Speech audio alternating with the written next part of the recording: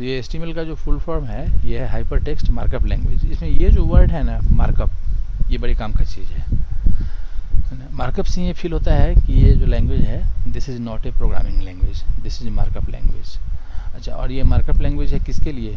तो plain text के लिए नहीं है, ये हाइपर टेक्स्ट के लिए है। तो दो टर्म इसमें इन्वॉल्व है, एक टर्म है जिसका नाम है हाइपर टेक्स्ट और दूसरा टर्म है जिसका नाम है मार्कअप लैंग्वेज।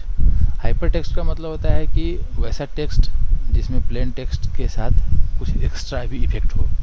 जैसे जो हमारा जो टेक्स्ट है उसके कलर को हम चेंज कर सके, जो टेक्स्ट है उसके साइज को चेंज कर सके, जो टेक्स्ट हमारा है उसके फॉर्मेट को चेंज कर सके। फॉर्मेट चेंज करने का मतलब हो गया है कि उसके ओरिएंटेशन को चेंज कर लें, उसको टेबुलर फॉर्मेट में डिस्प्ले कर लें, या टेक्स्ट के साथ हम क्या करें कि ऑडियो को मिक्सअप कर लें, टेक्स्ट के साथ हम वीडियो को मिक्सअप कर लें, टेक्स्ट के साथ हम किसी पिक्चर को इंटीग्रेट कर लें। तो ये सब जो फीचर जहाँ आ गया है ना, इसका मतलब है कि जो टेक्स्ट हमारा है वो रिच टेक्स्ट हो गया, तो उस रिच टेक्स्ट को बोलते हैं हाइपर टेक्स्ट। और मार्कअप लैंग्वेज का मतलब होता है कि वैसा लैंग्वेज है ना, कंप्यूटर का वैसा लैंग्वेज जिसमें ये फैसिलिटी हो कि हम प्लेन टेक्स्ट में ये मार्क कर सकें कि ये जो टेक्स्ट हमारा है इसको कैसे डिस्प्ले करना है। मतलब जिस समय इसको डिस्प्ले करना है उस समय इसका साइज़ क्या होगा, उस समय इसका कलर क्या होगा, उस समय इसका ये अंडरलाइन होगा या नहीं होगा, ये टेबल के अंदर डिस्प्ले होगा या टेबल के बाहर डिस्प्ले होगा, है ना। इस तरह का जो भी सिस्टम है उसके लिए उसमें क्या एक सिंबल दे दिया जाता है। तो उस तरह के लैंग्वेज को बोलते हैं मार्कअप लैंग्वेज। तो HTML ओवरऑल क्या हो गया कि HTML एक ऐसा लैंग्वेज हो गया जो लैंग्वेज डिफरेंट टाइप का सिंबल प्रोवाइड करता है मार्किंग करने के लिए कि how the text will appear on the browser. जो मेरा जो टेक्स्ट है ना वो ब्राउज़र पे कैसे अपीयर होगा। इसमें दो चीज़ें हैं, एक चीज़ हमारे पास एक जो टर्म है उसका नाम है हाइपर टेक्स्ट। हाइपर टेक्स्ट जो है इसको बोलते हैं कि rich text. Text having some extra effect like different font size of the text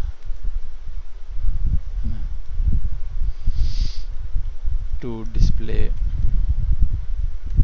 text as bold or underline or italic format or to display text along with images,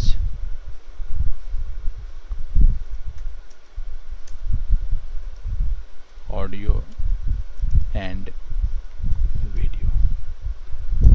तो इस तरह का जो भी टेक्स्ट है उसको बोलेंगे हाइपर टेक्स्ट। मार्कअप लैंग्वेज जो है उसका मीनिंग क्या है? सेकेंड जो इसमें टर्म है उसका नाम है markup.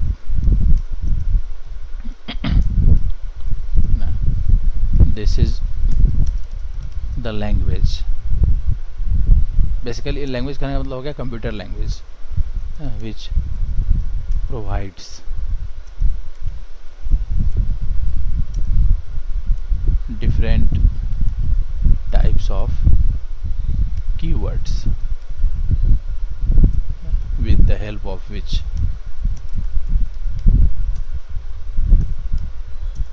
we can convert plain text in the form of hypertext. तो नेचुरली क्या है कि HTML is a computer language which provides the facility of changing plain text in the form of hypertext with the help of its keywords. जैसे कोई भी programming language हम लोग जब सीखते हैं तो हर प्रोग्रामिंग लैंग्वेज का जो है ना अपना अपना कीवर्ड होता है। नहीं, जैसे सी लैंग्वेज जब इसमें सीखे होगे तो उसका अपना है ना 32 कीवर्ड्स है।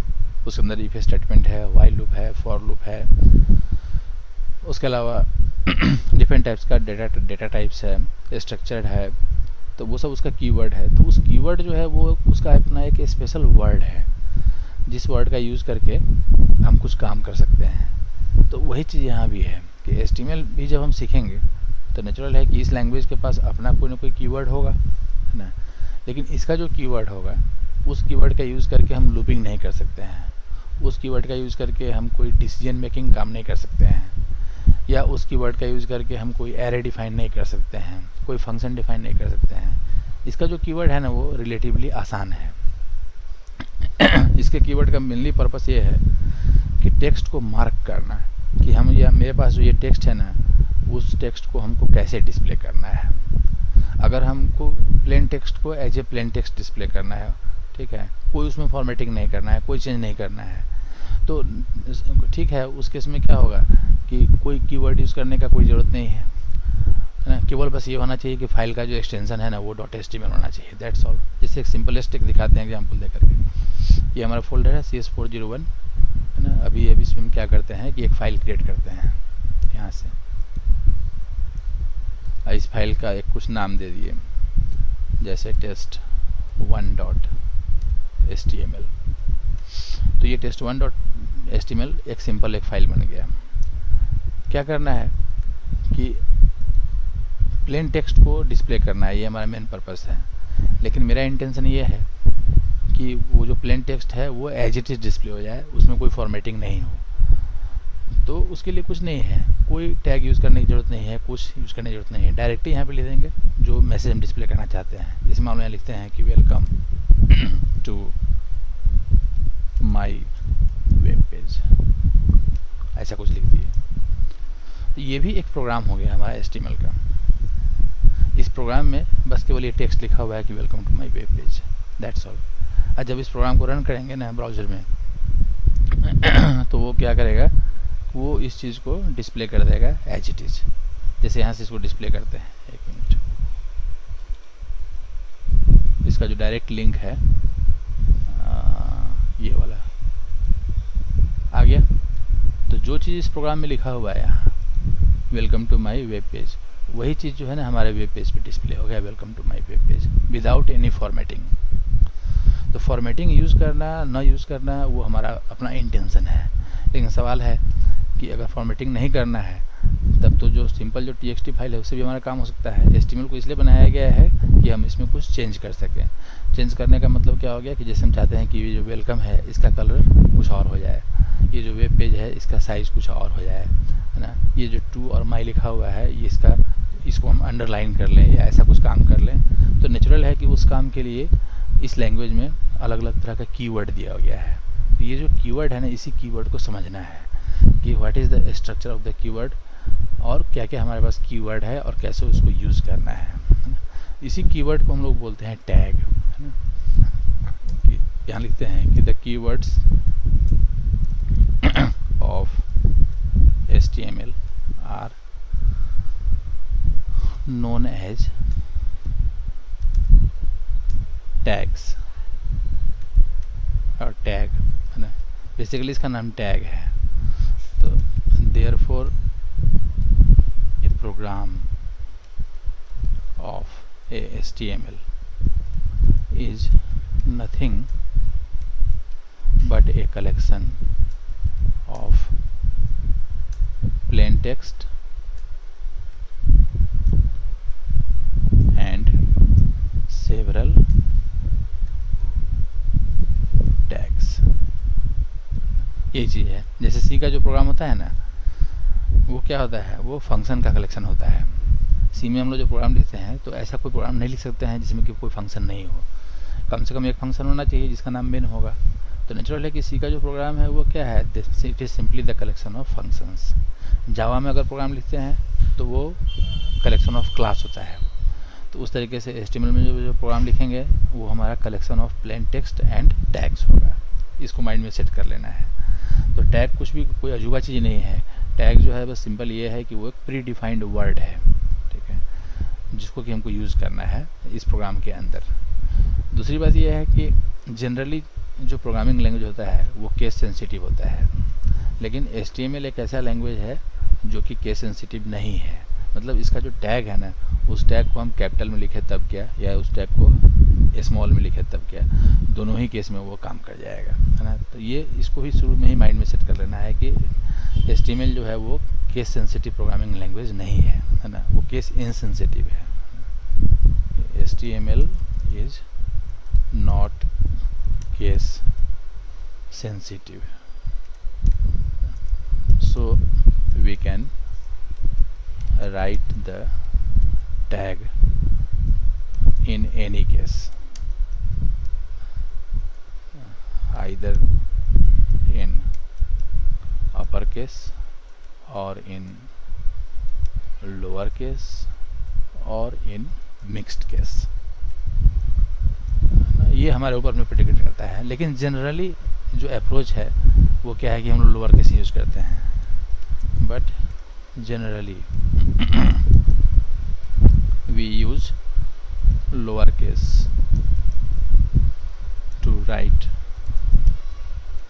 The tag of HTML। तो HTML सीखने का जो मेन पर्पस हमारा है, वो मेन पर्पस ये है कि हमको ये सीखना है कि how to write the tag, tag को कैसे राइट करना है, ठीक है, और टैग राइट करने का क्या सिस्टम है, क्या उसका स्ट्रक्चर है, प्लस उसके लिए क्या रूल एंड रेगुलेशन बना हुआ है ना।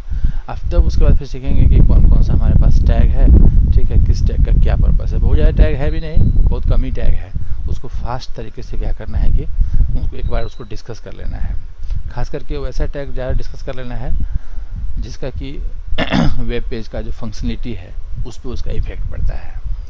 जैसे हाइपरलिंक क्रिएट करना, फॉर्म क्रिएट करना, ठीक है ना, ये सब जो है, या फ्रेम क्रिएट करना, इस तरह का जो टैग है ना वो ज़्यादा हमारे लिए प्रोग्रामिंग के पॉइंट ऑफ व्यू से ज़्यादा इंपॉर्टेंस रखता है। बाकी डिजाइनिंग वाला जो टैग वगैरह है उससे बहुत ज़्यादा काम नहीं करना है, उसको बस केवल यह है कि डिजाइन कैसे करते हैं उसके लिए उसको जानना है। तो क्या क्या रूल रेगुलेशन है कि उसको हम यहाँ पे समराइज कर देते हैं। Following is the list of rules and regulations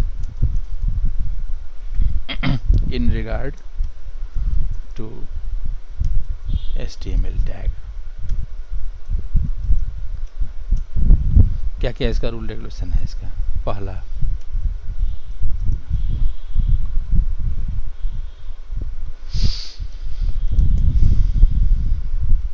the tag, the HTML tag is always written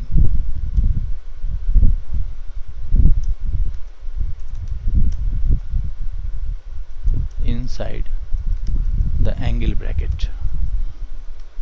सबसे पहला रूल इसका यही है ना। एंगल ब्रैकेट किसको बोलते हैं? लेस देन और ग्रेटर देन का जो सिंबल है उसको बोलते हैं, ये वाला। For example,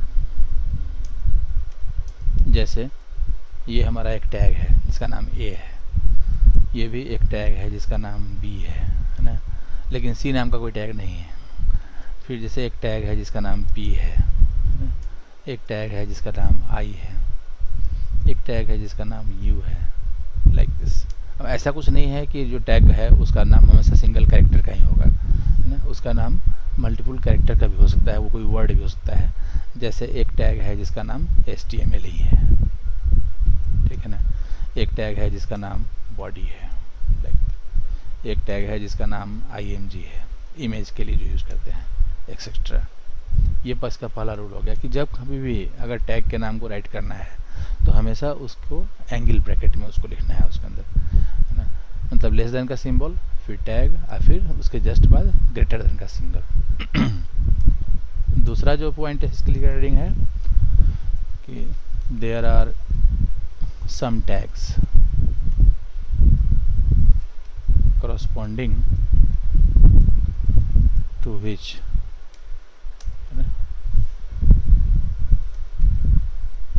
there is closing tag, and there are some tags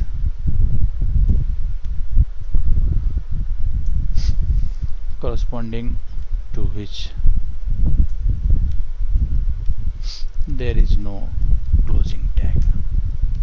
मतलब दो तरह का टैग चलता है HTML के अंदर।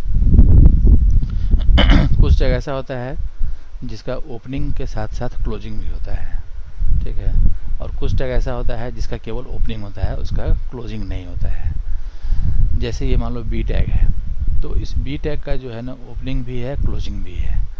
तो जिसका ओपनिंग और क्लोजिंग होगा नेचुरल है, उसको पहले ओपन करेंगे, और ओपन करने के बाद जो कुछ भी हमको लिखना है टेक्स्ट वगैरह, उस टेक्स्ट को लेकर के फिर उसको क्लोजिंग कर देंगे। अब ऐसा नहीं है कि जिस लाइन में उसको ओपन किया गया उसी लाइन में उसको क्लोज करना है, डिफरेंट लाइन में भी क्लोज कर सकते हैं। जैसे हम ऐसा लिख सकते हैं कि पी टैग हमने स्टार्ट कर लिया, अब पी टैग स्टार्ट करने के बाद जो कुछ भी लिखना है उसको लिख लिया, और फिर बाद में उसको क्लोज कर दिया, लाइक दिस। ये एक सिस्टम हो गया। तो ये ध्यान रखना है, मैक्सिमम टैग ऐसा होगा जिसका कि ओपनिंग होगा और उसका क्लोजिंग भी होगा, लेकिन कुछ टैग ऐसा भी है जिसका कि ओपनिंग है और क्लोजिंग नहीं है, ठीक है। तो ओपनिंग है और क्लोजिंग नहीं है, तो उसके लिखने का तरीका थोड़ा सा डिफरेंट है ना। उसको लिखने के लिए जैसे एक एग्जांपल है बी आर टैग, इसको ऐसे लिखना चाहिए, इस तरीके से, ये इसका प्रॉपर तरीका है। जैसे ये जो स्लैश है ना, ये फॉरवर्ड स्लैश, ठीक है, इस फॉरवर्ड स्लैश का पोजीशन कहाँ होगा ये काफ़ी इंपॉर्टेंस रखता है। जैसे देखो यहाँ पे, यहाँ भी फॉरवर्ड स्लैश यूज़ किया गया है और यहाँ भी फॉरवर्ड स्लैश यूज़ किया गया है। तो यहाँ जो फॉरवर्ड स्लैश यूज़ किया गया है वो टैग के नाम के पहले किया गया है, और यहाँ जो फॉरवर्ड स्लैश यूज़ किया गया है वो टैग के नाम के बाद किया गया है। तो वैसा टैग जिसका क्लोजिंग नहीं होता है ना, उस केस में हम लोग क्या करते हैं कि टैग नेम लिखते हैं और उसके बाद उसका स्लैश लगा देते हैं। हालांकि ये लगाना कंपलसरी नहीं है ना, इसको हम चाहें तो डायरेक्टली ऐसे भी लिख सकते हैं, लेकिन वैसे लिखना नहीं चाहिए, है ना। रूल ये कहता है कि इसको ऐसे राइट करना चाहिए, इसको, ये सही तरीका है, लेकिन काम ऐसे भी कर जाता है, वो अलग बात है। सिमिलरली एक टैग है जिसका नाम है HR, है ना। तो HR को भी प्रॉपर वे में अगर लिखना है तो उसके लिए ऐसे राइट करना है, लेकिन अगर हम चाहें तो उसको ऐसे भी राइट कर सकते हैं। तो रूल क्या हो गया कि rule for writing those tags which are having both opening and closing parts,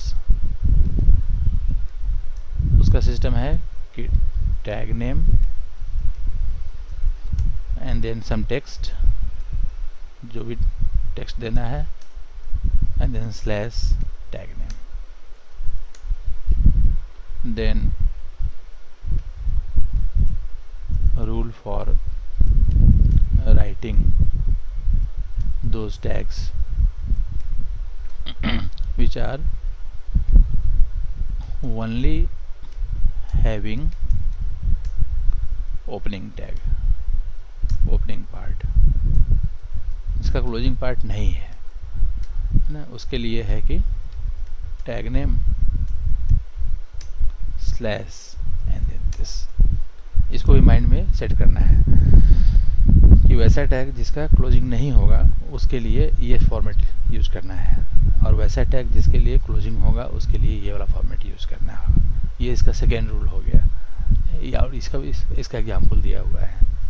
तीसरा, ये असल में टैग है क्या, थोड़ा इसको समझना है, क्योंकि हर आदमी के पास जो है ना प्रोग्रामिंग का मतलब ऑलरेडी नॉलेज है ना, इन द सेंस कि हम लोग जितने आदमी यहाँ पे हैं सबके पास एटलीस्ट C और C++ का नॉलेज तो है ही।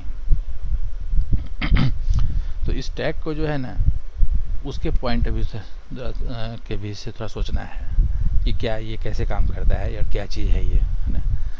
इसमें बताते हैं अभी, जैसे ब्राउज़र जो है हमारा है ना, जहाँ पे ये हमारा आउटपुट डिस्प्ले हो रहा है, ये वाला, ये ब्राउज़र बेसिकली पता है क्या है, ये ब्राउज़र जो है वो C का प्रोग्राम है। मतलब पूरा का पूरा ऑपरेटिंग सिस्टम ही सी का प्रोग्राम है और सी प्लस प्लस का प्रोग्राम है, ठीक है। तो नेचुरल है कि ये ब्राउज़र जो है ये भी सी का प्रोग्राम है। अच्छा अब क्या किया गया है कि इस ब्राउज़र को बनाया गया है इस तरीके से कि हम इसमें जो टेक्स्ट है उसको हम डिफरेंट तरीके से डिस्प्ले कर सके। मतलब किसी टेक्स्ट का हम कलर चेंज कर सके, किसी टेक्स्ट का हम साइज चेंज कर सके, ठीक है, किसी टेक्स्ट के डिज़ाइन को हम चेंज कर सके, ऐसा कुछ। तो नेचुरल है कि उस केस में क्या होता है कि ब्राउज़र जो है उसी का प्रोग्राम है, ठीक है। अब तुम सोच के देखो कि सी का हम जब प्रोग्राम राइट करते हैं ना, तो वहाँ पे किसी काम को करने के लिए हम लोग क्या करते हैं, वहाँ हम लोग फंक्शन बनाते हैं, नहीं? और कोई भी काम करना होता है तो उस काम करने के लिए फंक्शन को कॉल करना पड़ता है। अब मान लो कि सी में हम एक ऐसा प्रोग्राम बनाना चाहते हैं जिसमें कि हम एक ऐसा फंक्शन बनाएं जिसमें कि हम कोई टेक्स्ट पास करें और वो फंक्शन क्या करे कि उस टेक्स्ट के साइज़ को चेंज कर दे, है ना, उसके फॉन्ट के साइज़ को बड़ा कर दे और तब उसको वो प्रिंट करे। जैसे नॉर्मली हम लोग जो प्रिंटफ यूज़ करते हैं वो क्या करता है कि फ़ॉन्ट के साइज़ को चेंज नहीं करता है, उस कलर को भी चेंज नहीं करता है, जो डिफ़ॉल्ट उसका सेटिंग है उसमें उसको डिस्प्ले कर देता है। लेकिन हम ऐसा भी तो कर सकते हैं कि हम ऐसा कोई प्रोग्राम बनाएं या ऐसा कोई फंक्शन बनाएं सी में जो क्या करे कि उस फंक्शन में जो भी हम आर्गूमेंट पास करें उस आर्गूमेंट के साइज़ को चेंज कर दे, उस आर्गूमेंट के कलर को चेंज कर दे और तब फिर उसको डिस्प्ले करे। तो बेसिकली वही चीज़ यहाँ भी होता है। यहाँ भी जब हम लिखते हैं सी का HTML का प्रोग्राम, ठीक है, और HTML का प्रोग्राम जैसे मेरा ये वाला प्रोग्राम है अब इस प्रोग्राम में जैसे ही हमने क्या किया कि यहाँ लिखा H1 ऐसे, तो H1 भी क्या है, एक टैग है। H1 जो है ये भी एक टैग है HTML का, ठीक है। अब इसको सेव कर लेते हैं, अब इसको रिफ्रेश करते हैं, साइज इसका बड़ा हो गया और बोल्ड भी हो गया पहले से। पहले भाई इसका साइज बिल्कुल छोटा था, नॉर्मल था, अब क्या हो गया कि साइज बड़ा हो गया और प्लस ये बोल्ड भी हो गया। क्यों हुआ? क्योंकि यहाँ हमने H1 यूज़ कर लिया। तो HTML के पॉइंट ऑफ व्यू से ठीक है, ये अलग बात है कि हम कर रहे हैं कि ये H1 इज ए टैग, है ना। चूँकि इस टैग के अंदर हम लोग इस टेक्स्ट को पास किए या लिख दिए, इसलिए इसका साइज बड़ा हो गया। होता क्या है इंटरनली कि जब ये ब्राउज़र में यहाँ रन करता है ना, तो ब्राउज़र तो चूँकि सी का प्रोग्राम है तो इसको ऐसे मान के चलना है कि ब्राउज़र के अंदर एक फंक्शन बना हुआ है जिस फंक्शन का नाम H1 है। ब्राउज़र जो हमारा जो सी का प्रोग्राम है उस सी के प्रोग्राम में एक फंक्शन बना हुआ है, ठीक है। उस फंक्शन का नाम जो है H1 है और हम बस केवल फंक्शन कॉलिंग का तरीका यहाँ बदलता है बस। मतलब यही चीज़ अगर सी के प्रोग्राम के थ्रू अगर लिखा गया रहता अगर बाय द वे, तो वहाँ पे हम इसको ऐसे लिखते कि H1 और फिर यहाँ लिखते कि welcome to my web page. ये जो तरीका हो गया ये सी के प्रोग्रामर के लिए हो गया कि सी के प्रोग्रामर ने क्या किया कि H1 नाम के फंक्शन को कॉल किया और उसमें उसने क्या किया कि इसको पास कर दिया इस स्ट्रिंग को। तो ये H1 नाम का फंक्शन क्या करेगा कि इस स्ट्रिंग के साइज़ को बड़ा कर देगा, उसको बोल्ड कर देगा, तब उसको डिस्प्ले करेगा। अल्टीमेटली काम यहाँ भी यही हो रहा है, लेकिन बस केवल उस फंक्शन को कॉल करने का तरीका चेंज हो गया। अब यहाँ पे हम लोग कहते हैं कि नहीं, ये H1 is not a function, H1 is a tag, ठीक है ना। इस टैग का ये ओपनिंग है, इस टैग का ये क्लोजिंग है और ओपनिंग और क्लोजिंग के बीच में हम जो कुछ पास करेंगे वो उस पर इफेक्ट ये होगा H1 का कि ये उसके साइज़ को बड़ा कर देगा, ठीक है, और ये उसको बोल्ड भी कर लेगा। तो एज ए प्रोग्रामर हमको ये समझ के चलना है कि ये टैग नहीं है, मतलब टैग तो है लेकिन इंटरनली ये एक फंक्शन है। क्योंकि इस तरीके से अगर सोचोगे ना तब क्या होगा कि तुम्हारा प्रोग्रामिंग से ये जुड़ता चला जाएगा ये चीज़। अब है क्या कि कंप्यूटर में जो भी काम होता है सब काम प्रोग्रामिंग से ही होता है, ये फैक्ट है। तो ये भी फैक्ट है कि ये H1 टैग हम जब यूज़ करते हैं तो अल्टीमेटली ये ब्राउज़र के किसी न किसी फंक्शन को कॉल करता है और वो फंक्शन सी और C++ में लिखा हुआ है, ठीक है। तो हमको हमेशा वहाँ से को रिलेट करके चलना है, उससे समझने में भी आसानी होगा और उसका इंटरनल जो मैकेनिज्म है वो कैसे काम करता है उसको भी वो मतलब वो कंट्रोल में आ जाएगा समझ में कि कैसे क्या होता है। तो वही चीज़ हम यहाँ लिखना चाह रहे हैं कि ये जो हम एक्सप्लेन किए हैं कि टैग क्या है, कि टैग एक कीवर्ड है, ठीक है, वो एक ऐसा कीवर्ड है जिसको कि एंगल ब्रैकेट में यूज़ करना है। तो HTML में उसको एंगल ब्रैकेट बना दिया गया है। आज जब सी में हम लोग काम करते हैं तो यहाँ पे हम लोग पैरेंथेसिस यूज़ करते हैं, बस बाकी चीज़ वही है। यहाँ भी हमारे पास कीवर्ड है, पैरेंथेसिस है और स्ट्रिंग है, ठीक है। और यहाँ भी जो हमारे पास है कीवर्ड है, और पैरेंथेसिस के बदले यहाँ पे हम लोग ओपनिंग और क्लोजिंग है, और हमारे पास बीच में उसका स्ट्रिंग है, उस चीज़ को है। तो जब भी टैग को राइट करना है तो पहला चीज़ ये माइंड में लेके चलना है कि जो टैग होगा वो हमेशा एंगल ब्रैकेट के बीच में लिखा हुआ होगा। कैसे में रूल है कि कोई फंक्शन अगर डिफाइन करना है या फंक्शन को कॉल करना है तो फंक्शन के नाम के बाद पैरेंथेसिस यूज़ करना कंपलसरी है। वही चीज़ यहाँ भी है कि यहाँ जब भी टैग यूज़ करना है तो एंगल ब्रैकेट यूज़ करना है, ठीक है। तो सेकेंड पॉसिबिलिटी ये है। थर्ड ये है कि सी लैंग्वेज में क्या होता है ना कि फंक्शन में हम आर्गूमेंट भी पास कर सकते हैं। सी लैंग्वेज में ये फैसिलिटी है कि फंक्शन में हम आर्गूमेंट भी पास कर सकते हैं। तो बिल्कुल, चूँकि यहाँ जो h1 हमारा है या जो हमारा टैग है वो भी एक फंक्शन है, तो यहाँ भी हम आर्गूमेंट पास कर सकते हैं, ठीक है। लेकिन यहाँ पे उसको हम आर्गूमेंट नहीं बोलते हैं, यहाँ पे उसको हम बोलते हैं एट्रीब्यूट, वहाँ उसको बोलेंगे एट्रीब्यूट। तो ये थर्ड पॉइंट इसका ये है कि we can pass more than one attributes and their values to a tag। जब भी हम टैग को ओपन करते हैं उस समय हम चाहें तो उसके अंदर एट्रीब्यूट और उसके वैल्यू को पास कर सकते हैं। उसका भी अपना एक तरीका बनाया हुआ है। तरीका ऐसे है कि जैसे मान लो कि ये h1 नाम का हमारा ये फंक्शन है और इसके अंदर हमने ये पास कर दिया है। अब क्या है कि ये तो स्ट्रिंग है जिसको हमने पास कर दिया। अब हम चाहते हैं कि ये जो स्ट्रिंग हमारा है ये पेज के बीच में आ जाए, सेंटर में आ जाए, ठीक है। तो सेंटर में आए उसके लिए क्या करेंगे, सेकेंड आर्गूमेंट पास कर देंगे, है ना। यहाँ लिख देंगे कि सेंटर, ऐसा कुछ। तो फंक्शन हमारा समझ जाएगा कि अच्छा जो फर्स्ट जो आर्गूमेंट है वो हमारा टेक्स्ट है, जिस टेक्स्ट को डिस्प्ले करना है। सेकेंड आर्गूमेंट हमारा अलाइनमेंट है, ठीक है। उस अलाइनमेंट का वैल्यू जो है वो सेंटर किया हुआ है। तो सेंटर करने का मतलब ये होगा कि वो ठीक है पेज के सेंटर में वो डिस्प्ले हो जाएगा। तो ये जो एक्स्ट्रा वैल्यू हमने यहाँ पास किया ना, यही मेरा एट्रीब्यूट हो गया। अब एक फंक्शन में हो सकता है कि मल्टीपल एट्रीब्यूट हम पास करें, ठीक है। तो सी वगैरह में या C++ में या जावा में क्या होता है कि फंक्शन के अंदर जो एट्रीब्यूट पास हम करते हैं या फंक्शन के अंदर जो आर्गूमेंट हम पास करते हैं उसका सीक्वेंस फिक्स किया रहता है कि पहला आर्गूमेंट या पहला आर्गूमेंट इस काम के लिए होगा, दूसरा आर्गूमेंट इस काम के लिए होगा, तीसरा आर्गूमेंट इस काम के लिए होगा। उस चीज़ को जो है ना HTML में थोड़ा सा जनरलाइज कर दिया गया। HTML में कर दिया गया ये सिस्टम कि ठीक है कि हमको एट्रीब्यूट पास करना है, लेकिन उस एट्रीब्यूट का सीक्वेंस जो है ना वो फिक्स नहीं होगा। मतलब जिस समय हम एट्रीब्यूट का वैल्यू पास करेंगे उस समय हम एट्रीब्यूट का नाम भी पास कर देंगे। उससे फ़ायदा ये हुआ कि हम हो सकता है कि मतलब जो कोई ऐसा एट्रीब्यूट है जिसको पहले कॉल कर लिए और फिर दूसरे एट्रीब्यूट को बाद में कॉल कर लिए। फिर कभी हो सकता है कि हम सेकेंड एट्रीब्यूट को पहले कॉल कर लिए, पास कर दिए, और फर्स्ट एट्रीब्यूट को बाद में पास कर दिए। तो इसी कारण से यहाँ पे क्या होता है कि हम जिस समय एट्रीब्यूट और उसके वैल्यू को पास करते हैं उस समय दोनों चीज़ मेंशन करना पड़ता है कि एट्रीब्यूट का नाम क्या है और उसका वैल्यू क्या है। तो इसका फॉर्मेट ये है, इसका फॉर्मेट इस तरीके से है कि टैग नेम, देन यहीं पे स्पेस।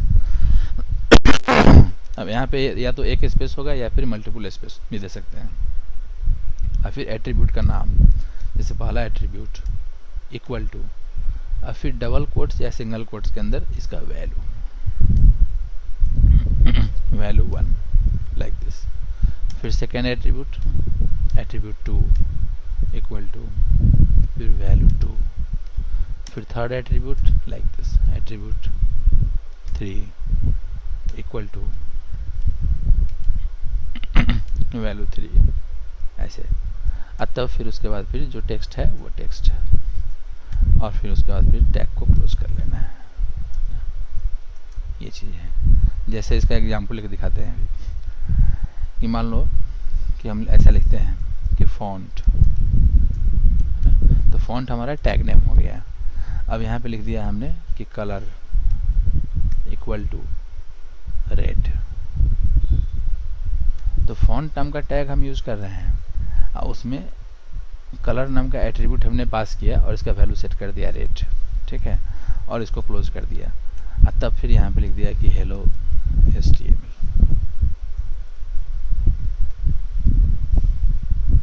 और फिर उस फॉन्ट को बंद कर दिया।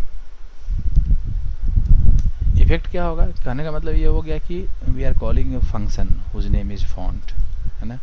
और उस फंक्शन में हम क्या कर रहे हैं ना कि एक आर्गुमेंट है, जिस आर्गुमेंट का नाम कलर है, उसके वैल्यू को पहले सेट कर रहे हैं रेड, तब इस पूरे चीज़ को हम एज एन आर्गुमेंट उस फंक्शन में पास कर दे रहे हैं। HTML का पॉइंट ऑफ व्यू से ये हो रहा है कि फॉन्ट नाम का जो टैग है उसके लिए कलर नाम का जो एट्रीब्यूट है उसका वैल्यू यहाँ पे रेड सेट कर दिया जा रहा है। तो ये क्या करेगा ना कि ये वाला जो टेक्स्ट है इस टेक्स्ट को रेड कलर में डिस्प्ले कर देगा। तो अभी इस केस में जो हमारा जो टैग है उसके साथ एक एट्रीब्यूट पास किया गया है। हम चाहें तो मल्टीपल एट्रीब्यूट भी पास कर सकते हैं, जैसे यहाँ लिख सकते हैं कि फॉन्ट और फिर कलर इक्वल टू, अच्छा जिसमें हम यहाँ पे कलर का नाम दे रहे हैं ना वहाँ पे डबल कोट यूज़ कर भी सकते हैं, नहीं भी कर सकते हैं। उसके पीछे भी मतलब लॉजिक है। लॉजिक ये है कि जो वैल्यू हमारा है वो या तो सिंगल कोट या डबल कोट पे इंक्लोज किया हुआ होना चाहिए, रूल ये कहता है। जनरली हम लोग डबल यूज़ करते हैं, डबल कोट यूज़ करते हैं, लेकिन चाहें तो हम सिंगल कोट भी यूज़ कर सकते हैं ऐसा। और फिर दूसरा जैसे यहाँ लिखते हैं कि साइज इक्वल टू, मान लो यहाँ लिख दिए कि +2, और तब फिर यहाँ लिखते हैं कि हेलो HTML। अब ये जो फॉन्ट टैग है ना, इस फॉन्ट टैग में दो एट्रीब्यूट इसमें पास किया गया। एक एट्रीब्यूट पास किया गया जिसका नाम कलर था, जिसका वैल्यू रेड है, और दूसरा एट्रीब्यूट पास किया गया जिसका नाम साइज है और जिसका वैल्यू +2 है। तो ये क्या करेगा कि साइज को भी बढ़ा देगा 2 से ज़्यादा, और जो कलर है उसका भी चेंज कर देगा, रेड कर देगा। तो जनरली किसी प्रोग्रामिंग लैंग्वेज के फंक्शन में क्या होता है कि जो एट्रीब्यूट का जो सीक्वेंस है ना वो सीक्वेंस फिक्स किया रहता है, लेकिन यहाँ पे सीक्वेंस फिक्स नहीं है। मतलब ऐसा कुछ नहीं है कि पहले कलर को ही पास करना है उसके बाद हम साइज को पास करना है। हम अगर चाहे तो पहले साइज को भी लिख सकते हैं, हम बाद में कलर भी लिख सकते हैं, जैसे यहाँ पे दिखाते हैं। इसी को कॉपी कर लेते हैं, यहाँ पेस्ट करते हैं। पहले क्या करेंगे, लिखेंगे कि साइज इक्वल टू +2,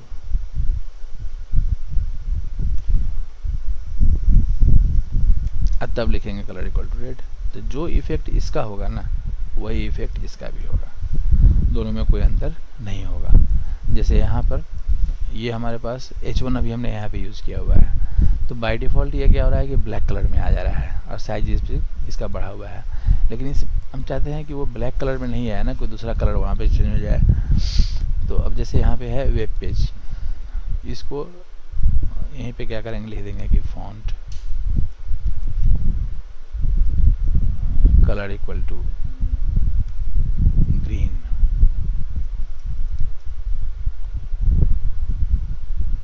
और फिर इसको यहाँ क्लोज कर लेंगे। अब बीच में क्या होगा कि यहाँ से यहाँ तक ये ब्लैक है और इसके बाद ये दो वर्ड जो है वो ग्रीन कलर में आ गया वो, तो वो इस कारण से आ गया, इस फॉन्ट टैग के कारण आ गया। तो टैग को जिस समय यूज़ करना है ना उस समय क्या है कि उसके एट्रीब्यूट को भी हम चाहे तो मेंशन कर सकते हैं। इसको हम और इलोबरेट कर देते हैं, जिस चौथा नंबर पॉइंट में लिखते हैं कि the value of N attribute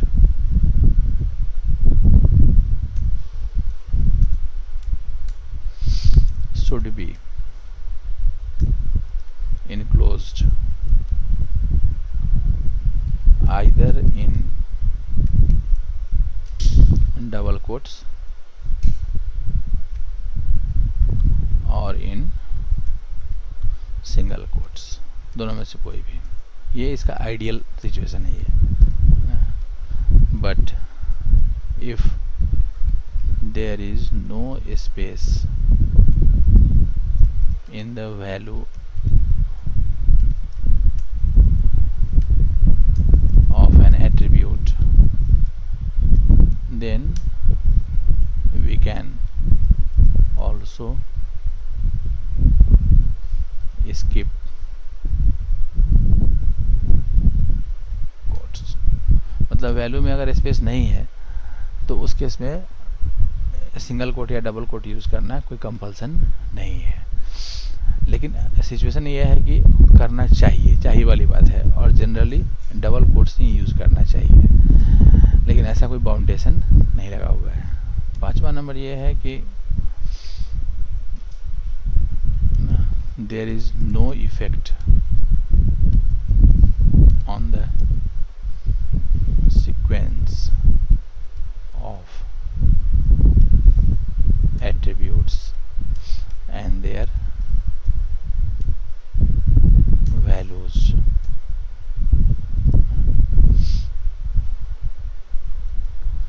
मतलब ऐसा है कि ऐसा कुछ नहीं है कि पहले इसी एट्रीब्यूट को पास करना है उसके बाद दूसरे एट्रीब्यूट को पास करना है। एट्रीब्यूट के सीक्वेंस को हम चाहें तो चेंज भी कर सकते हैं। जैसे यहाँ पे एग्जाम्पल हम दिए हैं कि इस केस में पहले कलर है बाद में साइज है, और यहाँ पे पहले साइज है बाद में कलर है, तो उससे कोई फ़र्क नहीं पड़ने वाला है, दोनों का दोनों जो है सेम ही इफेक्ट करेगा। 6ठा नंबर पॉइंट जो है जिसको हमें ध्यान में रखना है वो ये है कि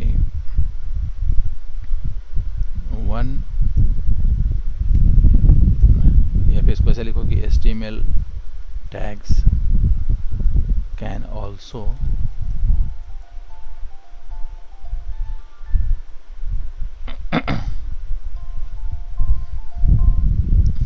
be nested, just like the nesting of if else statement or looping statement in other programming languages. मतलब ये तो नेचुरल है कि यहाँ भी क्या होगा ना कि आउटर और इनर का कंसेप्ट यहाँ पे आ जाएगा। जैसे ये वाला जो हमारा जो ये सिस्टम है, अभी इसमें क्या हो रहा है ना कि जैसे H1 हमारा आउटर टैग हो गया और ये फॉन्ट जो है वो हमारा इनर टैग हो गया। क्योंकि सबसे पहले हमने H1 यूज़ किया, H1 के अंदर हमने कुछ लिखा, अब उसके लिखने के बाद फिर उसके अंदर फिर से फॉन्ट टैग स्टार्ट किया गया, फिर ये फॉन्ट टैग हमारा बंद हो गया और फिर वो H1 क्लोज हो गया। इसको हम चाहें तो मल्टीपल लाइन में भी लिख सकते हैं, वो डिपेंड, ज़्यादा थोड़ा क्लैरिफाई हो जाएगा उस केस में। जैसे यहाँ पर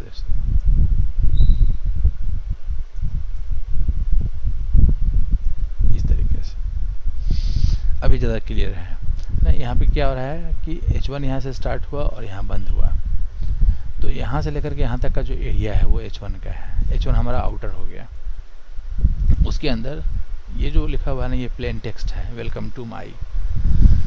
इसके जस्ट बाद फिर से हमने फॉन्ट टैग स्टार्ट कर लिया, ठीक है। तो ये H1 हमारा आउटर हो गया और ये जो फॉन्ट है जो वो इनर हो गया, और फिर ये इसका क्लोजिंग है, ठीक है। और ये जो है वेब पेज, ये क्या है कि ये फॉन्ट के अंदर है, तो वेब पेज जो वर्ड है इस पे दोनों का इफेक्ट होगा, इस पे H1 का भी इफेक्ट होगा, फॉन्ट का भी इफेक्ट होगा। ये जो वेलकम टू माई जो लिखा हुआ है ना इस पे केवल H1 का इफेक्ट होगा, है ना। तो वो कोड देखने से ही क्लियर हो जाएगा। इस तरह का जो नेस्टिंग है वो नेस्टिंग हम आराम से यहाँ पे कर सकते हैं। नेस्टिंग करने के अलावा पांचवा है हाँ पांचवा, ठीक है। लास्ट पॉइंट जो है कि वो ये है कि there is a predefined structure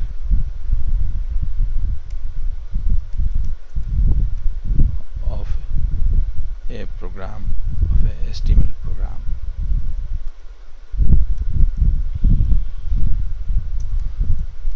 that should be followed। मतलब उसको फॉलो करना कंपल्सन नहीं है, लेकिन उसको फॉलो करना चाहिए, ठीक है ना। एज रिटन बिलो, उसको जो है फॉलो करना चाहिए, क्योंकि HTML के साथ भी क्या है कि बहुत सारा वेरिएशन है। शुरू में जो वर्जन था वो कुछ और था, बाद में जो वर्जन आया कुछ और आ गया, उसके बाद तो जो वर्जन आया कुछ और आ गया। अभी जो चलता है वो वर्जन 5 चलता है, HTML 5 चलता है, ठीक है। तो हर वर्जन के हिसाब से कुछ ना कुछ रूल रेगुलेशन में थोड़ा बहुत चेंज आता गया। लेकिन वो जितना भी चेंज आया है ना, वो सबका से जो चेंज है वो मतलब वो कंपलसरी नहीं है, वो बस क्या है कि वो सजेस्टेड है कि ऐसे नहीं ऐसे लिखना चाहिए, ऐसे नहीं ऐसे लिखना चाहिए, इस तरह का सजेशन दिया हुआ है ना। तो उस सजेशन को फॉलो करना सही होता है। उससे क्या होता है कि ब्राउज़र उसको सही से इंटरप्रेट करेगा, सही से इंटरप्रेट करेगा तो उसका आउटपुट भी सही से आएगा। अगर उस चीज़ को हम फॉलो नहीं करते हैं तो फिर क्या होगा ना कि ब्राउज़र उसको सही से इंटरप्रेट कर भी सकता है और सही से इंटरप्रेट नहीं भी कर सकता है, दोनों पॉसिबिलिटी हो जाएगा। और सही से इंटरप्रेट जब नहीं कर पाएगा तो फिर आउटपुट पे हमारा कंट्रोल नहीं होगा इस तरीके से। तो आजकल जो सिस्टम चलता है उसके अंदर सबसे पहले एक स्पेशल टैग है जिसका नाम है डॉक टाइप। इसको इससे पहले स्टार्ट करना चाहिए। ये एक ऐसा टैग है ना जिसका कि कोई क्लोजिंग नहीं है। तो बेसिकली ये बताता है कि हम जो डॉक्यूमेंट जो राइट करने जा रहे हैं ना उसका टाइप क्या है। तो अभी हम जो डॉक्यूमेंट राइट करने जा रहे हैं वो HTML का एक प्रोग्राम है। तो ये डॉक्यूमेंट टाइप को सेट कर दिया HTML, है ना। अब HTML के प्रोग्राम को इनक्लोज करने के लिए HTML नाम का एक टैग है, उसी को यूज़ करना है। तो ओवरऑल जो कोड हमारे पास है वो HTML नाम के टैग से स्टार्ट होगा और HTML नाम के टैग से क्लोज हो जाएगा वो। अब जैसे C का हम प्रोग्राम लिखते हैं तो वहाँ पे होता है ना कि 2 सेक्शन होता है। एक सेक्शन होता है ऊपर में जहाँ पे हम लोग हैश इंक्लूड लिखते हैं। तो वो हैश इंक्लूड क्या है, वो हेडर फाइल का सेक्शन है। और उसके नीचे बॉडी लिखते हैं, मतलब मेन पार्ट्स को लिखते हैं। तो उस तरीके से यहाँ भी 2 सेक्शन डिफाइन किया हुआ है HTML के अंदर। एक सेक्शन है जिसका कि नाम हमारा हेड है ना, जिसमें कि हेडिंग्स उस पेज के हेड के रिगार्डिंग कुछ उसको लिखा हुआ रहेगा। और दूसरा सेक्शन है जो कि बॉडी होगा।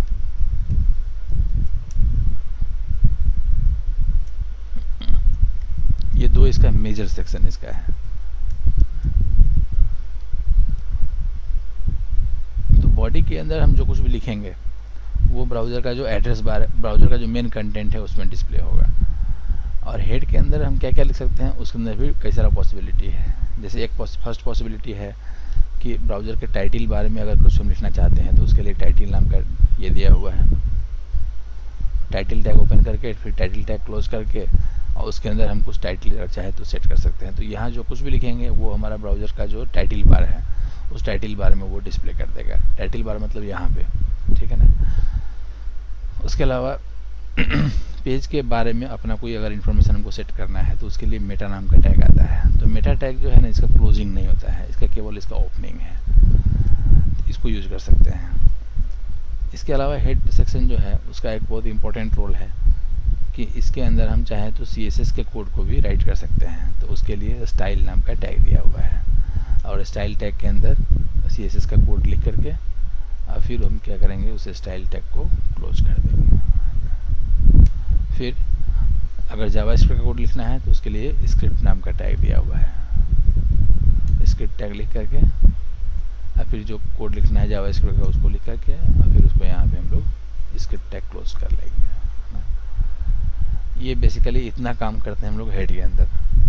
और ये जो बॉडी है, बॉडी के अंदर हम लोग या तो प्लेन टेक्स्ट लिखेंगे या कुछ जो दूसरा फॉर्मेटिंग का जो टेक्स्ट होता है, जैसे H1 है, H2 है, H3 है, P है, div है, ठीक है, टेबल है, उन सारे टैग्स को हम चाहें तो यहाँ पे यूज कर सकते हैं।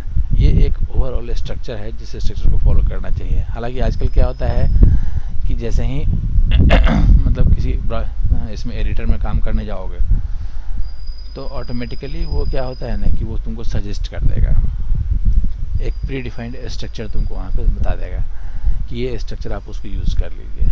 तो इतना याद रखने की जरूरत नहीं पड़ती है उसको, बस जो ऑटो सजेशन में आया उसको फॉलो कर लिए और फिर जिस पार्ट को चेंज करना है उसको चेंज किए, बाकी पार्ट को छोड़ दिए। लेकिन बाद में हमको क्या करना होगा कि हमारा जो सर्वर साइड लैंग्वेज है उसका जब हम प्रोग्राम लिखेंगे तो वहाँ से फिर हमको क्लाइंट साइड का प्रोग्राम जनरेट करना होगा। तो वहाँ तो एडिटर नहीं होगा जो कि ऑटो सजेस्ट करेगा, ठीक है। तो उस केस के लिए ये पता होना चाहिए कि हमको किस तरीके से क्लाइंट साइड का प्रोग्राम हमको जनरेट करना है। ये हमारे पेज का जो है स्ट्रक्चर होगा। अच्छा, जितना भी प्रोग्रामिंग लैंग्वेज है कंप्यूटर में, हर लैंग्वेज के साथ एक फीचर होता है जिसको बोलते हैं कमेंट, कि how to write the comment. तो कमेंट राइटिंग का सिस्टम यहाँ भी दिया हुआ है। ये हो जाएगा 6 और 7।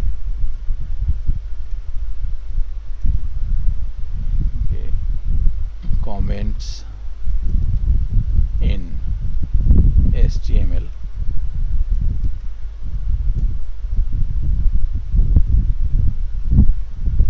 can be written like below.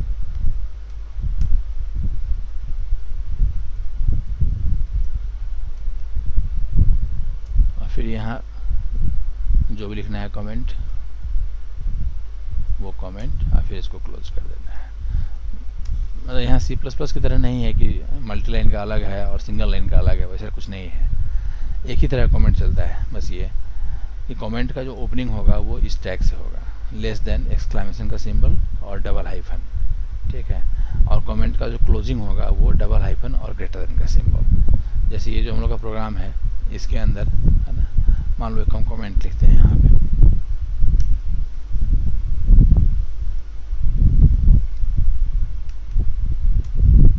जैसे ही स्टार्ट किए ना, ये पूरा का पूरा कमेंट में आ गया।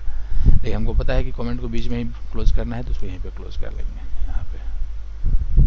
और यहाँ पे कमेंट में लिख देते हैं कि माई फर्स्ट HTML प्रोग्राम, ऐसा कुछ।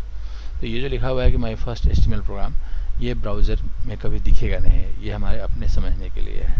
और हमारा प्रोग्राम जो है वो यहाँ से स्टार्ट होकर के यहाँ पे क्लोज हो रहा है, नहीं? तो अब जैसे कुछ को रिफ्रेश करेंगे तो काम आउटपुट वाइज वही का वही है। हाँ, लेकिन जब इसका सोर्स कोड देखेंगे ना तो सोर्स कोड में उसका कमेंट इसका आ जाएगा। जो भी कमेंट लिखा हुआ है प्रोग्राम में, वो कमेंट यहाँ भी दिखाई दे देगा, ठीक है।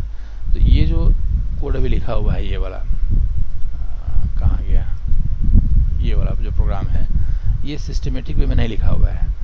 क्योंकि सिस्टमेटिक वे में अगर हम लोग लिखते तब तो इसको हम लोग डॉक टैग से स्टार्ट करते फिर हम लोग क्या करते हैं कि HTML का टैग स्टार्ट करते हैं, फिर हेड टैग स्टार्ट करते हैं। तो अगर इस तरीके से हम नहीं लिखते हैं और डायरेक्टली हम कोई टैग अगर लिखना शुरू करते हैं, तो ब्राउज़र क्या समझता है, ब्राउज़र समझता है कि सबका सब कुछ जो है ना वो बॉडी के अंदर लिखा हुआ है। मतलब बाय डिफ़ॉल्ट वो मान के चलता है कि ये सब जो कोड है, starting from H1 opening to H1 closing, है ना, ये सब जो है this is the part of body tag. By default वो उसको वो मान लेता है कि बॉडी टैग अंदर उसको लिखा हुआ है। तो बॉडी टैग हम यूज़ करें तब भी और नहीं यूज़ करें तब भी बाय डिफ़ॉल्ट वो टैग वही मानता है। लेकिन इस तरह का से कोड लिखना सही नहीं माना जाता है। सही में अगर कोड एडिटिंग करना है तो हमेशा प्रैक्टिस ये होना चाहिए कि इस तरह का जो स्ट्रक्चर है उस स्ट्रक्चर को फॉलो करना है, चाहे छोटा सा भी कोड क्यों नहीं लिखना है, या कोई सिंपल कोई मैसेज प्रिंट करना है, फिर भी इस तरह के स्ट्रक्चर को फॉलो करना है। अब इसमें ऐसा नहीं है कि हर चीज़ हर कंपोनेंट इसका कंपलसरी है। जैसे CSS अगर यूज़ नहीं करना है तो स्टाइल टैग हटा देना है जावा स्क्रिप्ट अगर यूज़ नहीं करना है तो स्क्रिप्ट टैग हटा लेना है। लेकिन एटलीस्ट हेड टैग होना चाहिए, और हेड के अंदर कम से कम एक टाइटल टैग होना चाहिए, क्योंकि हर पेज के टाइटल का जो है बहुत ज़्यादा इंपॉर्टेंस होता है। फिर ये मेटा टैग ज़रूरत के हिसाब से है, अगर ज़रूरत है तो उसको यूज़ करेंगे, ज़रूरत अगर नहीं है तो उसको यूज़ नहीं भी करेंगे। इसको वो अपने ऊपर डिपेंड करता है।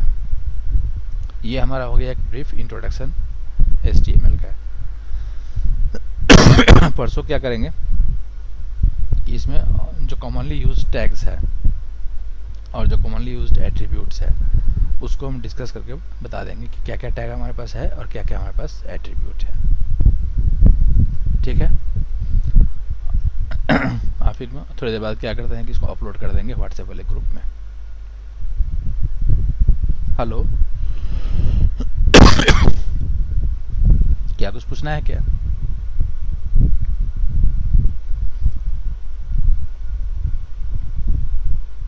आवाज नहीं आ रहा है तुम्हें सही से, बोले आवाज आवाज बहुत कम आ रहा है।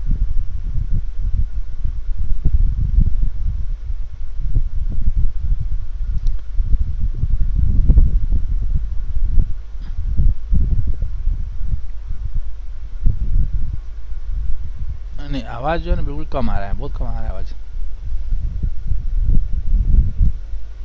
हाँ, डॉग टाइप है वही ना, डॉग टाइप।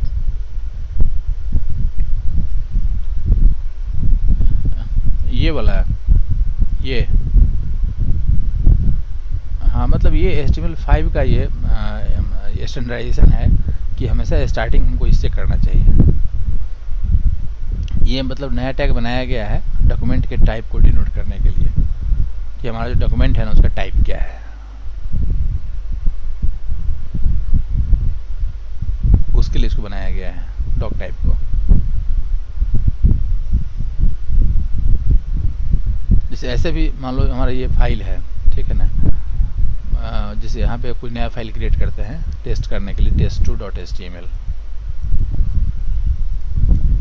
test2.html, तो हर एडिटर में वो फीचर रहता है, वो सजेस्ट करेगा। जैसे यहाँ ये वाला जो एडिटर हम लोग का अभी है एडवांस एडिटर, इसमें जैसे इसका एक्सटेंशन HTML है तो अपने आप ले लिया HTML ना।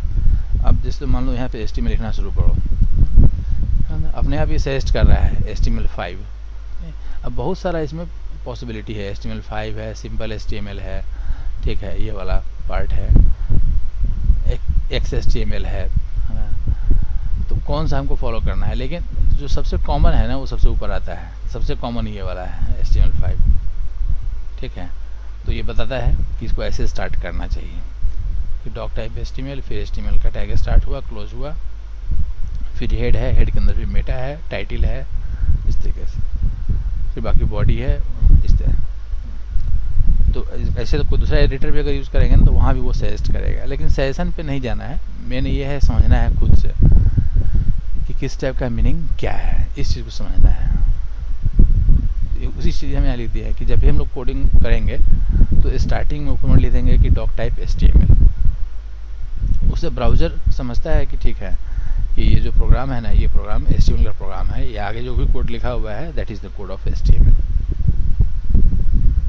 और जनरली हम लोग HTML का जो टैग होता है ना उसमें लैंग्वेज भी सेट करते हैं, लैंग्वेज इक्वल टू इन करते हैं, जैसे यहाँ पे नहीं किया हुआ है, लेकिन एक एट्रीब्यूट इसमें आता है जिसको बोलते हैं लैंग, और जनरली लैंग को EN कर लेते हैं क्योंकि उनको पता है कि इंग्लिश लैंग्वेज में हम लोग काम करने जा रहे हैं। तो ये लैंग नाम का एक एट्रीब्यूट है जिसको जनरली सेट किया जाता है, LANG lang equal to and then EN। हालांकि वो इंग्लिश बाय डिफ़ॉल्ट चलता है, इसलिए उसको हम चाहे तो स्किप भी कर सकते हैं। तो ये इसका जो है ना बेसिक एक स्ट्रक्चर हो गया, इसी स्ट्रक्चर को फॉलो करना है। अब अगले क्लास में क्या करेंगे बताएंगे कि कौन कौन सा इंपॉर्टेंट टैग्स है और किस टैग के साथ कौन कौन सा एट्रीब्यूट जनरली हम लोग यूज़ करते हैं। बहुत ज़्यादा डेप्थ में नहीं जाना है, लेकिन फिर भी एक वर्किंग नॉलेज एक होना चाहिए कि कैसे ये काम करता है, क्योंकि यही चीज़ बेस है। अब चाहे हम बैकएंड में काम करें चाहे फ्रंट एंड में काम करें, जो पूरे पेज का जो स्ट्रक्चर है वो स्ट्रक्चर तो HTML से ही कंट्रोल होगा। तो अगर पेज का स्ट्रक्चर पे ही हमारा कंट्रोल अगर नहीं है तो बाकी एडवांस चीज़ सीखने से कोई खास फ़ायदा नहीं है, क्योंकि जावास्क्रिप्ट जो सीखेंगे तो वो भी अल्टीमेटली क्या करेगा कि वो रन टाइम में इस टैग के एट्रीब्यूट को चेंज करेगा, ठीक है, और कुछ नहीं। या फिर रन टाइम में नया टैग वो ऐड कर देगा, या रन टाइम में टैग को डिलीट कर देगा, या रन टाइम में टैग को अपडेट कर देगा। तो पहले ये पता होना चाहिए ना कि व्हाट इज़ टैग, है ना, व्हाट आर एट्रीब्यूट्स, किस टैग को कहाँ यूज़ करना है, कैसे यूज़ करना है। अगर ये पता है तो फिर जावास्क्रिप्ट या सर्वर साइड लैंग्वेज, कोई भी लैंग्वेज सीखना जो है आसान हो जाएगा। और तब पता चलेगा कि उसका क्या उसका यूज है, क्यों उसको हम यूज़ करते हैं। इसलिए इसको पहले जानना ज़रूरी है इस चीज़ को। इस फाइल को अभी हम अपलोड कर देंगे वहाँ पे व्हाट्सएप वाले ग्रुप पे, और वीडियो जो है ना वीडियो डाल देंगे उस लिंक BR View चैनल वाले में। तो चैनल में जाना, वहीं पे वो दिख जाएगा वीडियो। और फिर परसों हम लोग फिर मिलते हैं, टाइम सेम रहेगा, इसी टाइम में मिलेंगे।